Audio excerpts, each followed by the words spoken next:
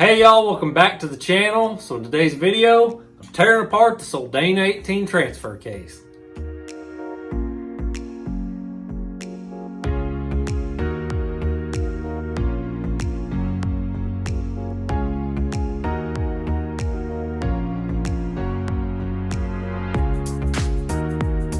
Now, I know what some of y'all are thinking, why am I fooling with this rusty old thing when I've got a nice, fresh, clean case ready to go for this 4-speed swap? So that case is kind of a special case. It's what they call big hole Dana 18. And I'll talk more about that in the future. But there's some parts off of this transfer case that I'm gonna need to rebuild that one. And hopefully the ones in this one's good enough to use. You can see this thing has had a pretty rough life. I think you're gonna be surprised how quick this thing comes apart, so let's get into it. This is your PTO cover, and you're gonna take this off to get to a big nut in here, and that's how you're gonna disconnect this from your transmission, plus, you know, the mounting bolts on the outer ears of this.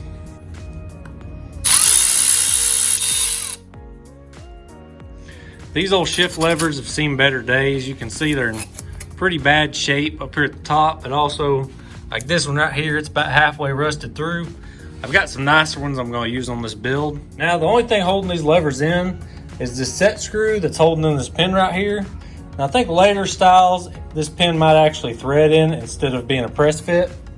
If you look down here where it actually pulls the shift rails, there's a bunch of slop in these.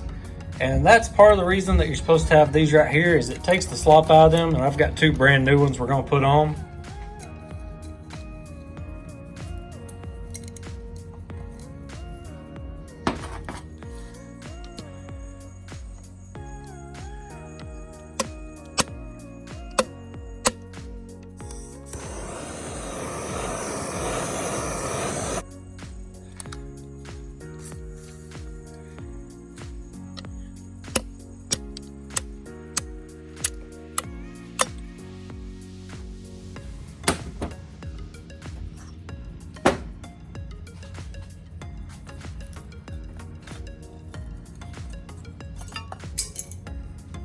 This is going to be like your front bearing retainer. There's a bearing down inside of here. Normally there'd be a yoke here too, but I've already stole that for another project. I've got a new one to replace it. There's 5 bolts holding this thing on, so I'm going to go ahead and undo them and pull this thing off.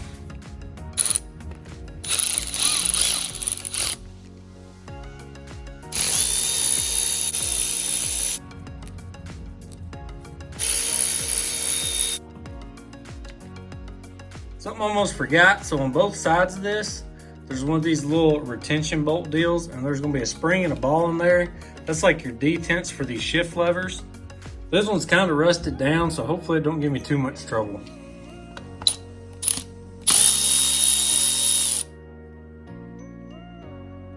That's what that looks like right there.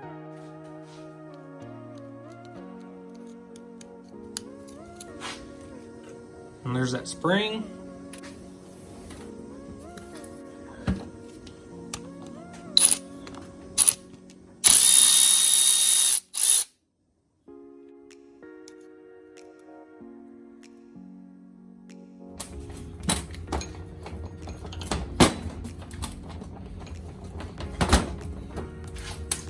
Now that we got that front bearing retainer off, we'll go ahead and pull this nut off and take this yoke off, get all this e-brake assembly off, and then we can remove this rear bearing retainer.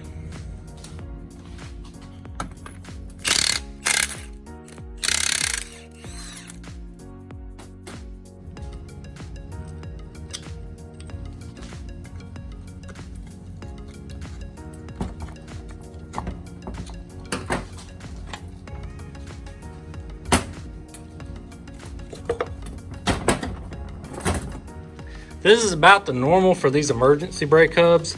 The seal right here starts leaking. You don't know about it. It slings a bunch of oil and stuff onto your brake pads and everything. And then of course you park it in a field for 40 years and it fills up with spiders and everything. You can see there's a few bolts here. We're gonna take off, and then we can take this whole assembly off.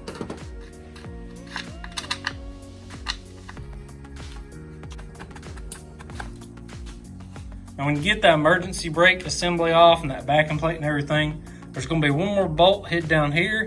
That should be the last one holding on this bearing retainer.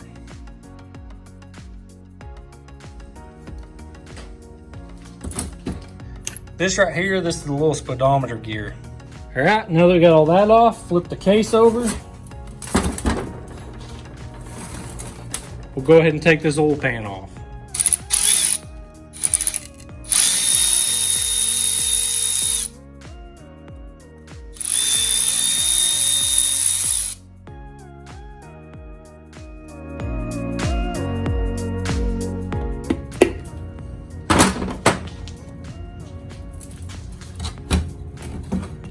Surprisingly, nothing in here looks too awful bad. I do know the transmission that was attached to this was full of water, so I'm kind of surprised things look as good as they do. I think that right there actually will clean up. That's just exterior, it's not pitted or anything. This right here is the next guy we're after. We're gonna spin it around. There's a little tab here and stuff. We're gonna knock that shaft out, and then we'll lift that gear out. These transfer cases, one of the main things you need to know when you're ordering your rebuild kit is the size of this right here. This is your intermediate shaft. Goes through your intermediate gear. The very early ones, like World War II, were 3/4. Then they went up to 1 1/8 and finally 1 1/4. The 1 1/4 are the best ones. They're the stoutest. This little retainer piece right here, we're gonna take that bolt out, knock that tab loose, and then this shaft drives this way. Always drive towards the locking tab.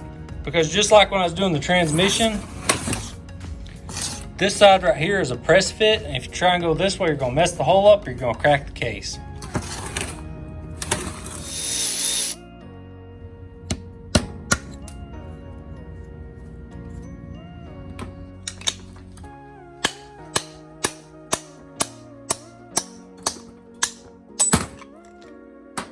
Don't worry too much about messing this thing up when you're driving it out, because your rebuild kit should come with a new one.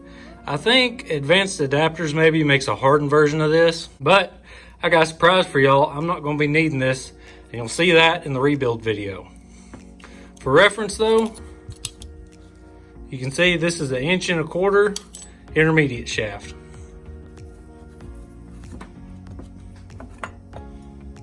And you can see up in there, it's full of needle bearings. I think that's why that shaft didn't want to come out. This oil's turned to kind of grease and sludge. And there'll be a spacer ring in between them and one on each end. And then on either side of that intermediate gear, there's going to be a couple of these thrust washers. All right, now finally to remove this right here. So this is holding in the tapered bearings on either side. Just gotta kind of tap it back and forth till you work them bearings loose. So you can see I got that bearing slid out of the way. Now there's a snap ring right here we need to take care of. So I'm gonna go ahead and get that thing out of the way. All right, now once you got that little snap ring loose right there, this whole shaft right here will pull out. You can get that bearing.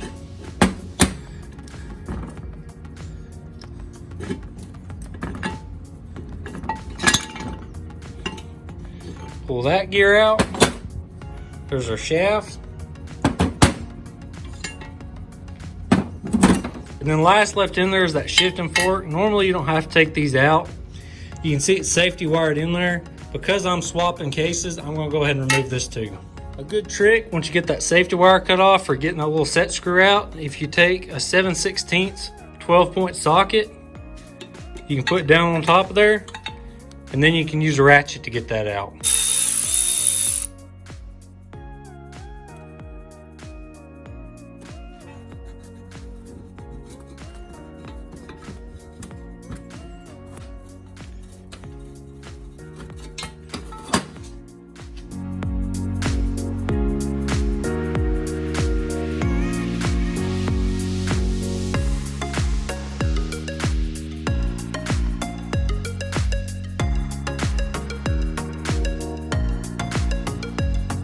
I kind of jinxed myself in the beginning saying these come apart super easy.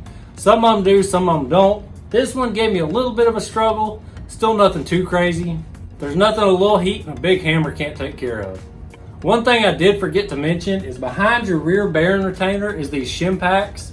You need to keep up with these because this is what sets the preload on them bearings.